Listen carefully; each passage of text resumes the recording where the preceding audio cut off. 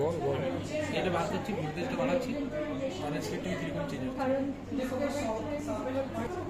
এইটা আমরা ইউজ করছি ভোল্টেজ রেগুলেশনের জন্য। ভোল্টেজ রেগুলেশন এইখানে হচ্ছে স্ক্রিন আমরা দেখতে পাবো, আর এইটা হচ্ছে স্টেবিলাইজার হিসেবে কাজ করছে। স্টেবিলাইজার শার্প ফ্রিঞ্জেস ছবিটা এরপরে ভোল্টেজ আমরা ইনক্রিজ করছি।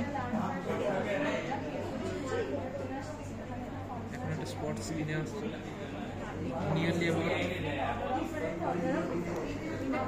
স্পট আসছে, ওখানে আমরা নিয়ারলি আবার 4.55 পিছিয়ে একটু পিছিয়ে নিয়ে এটা আসলে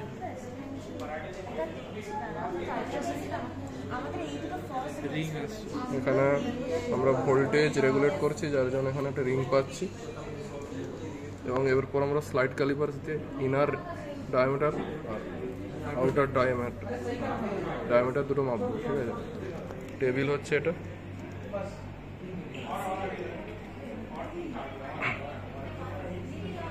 এবং রিং নাম্বার 2 এবং রিং নাম্বার 3-এর জন্য আমরা নেব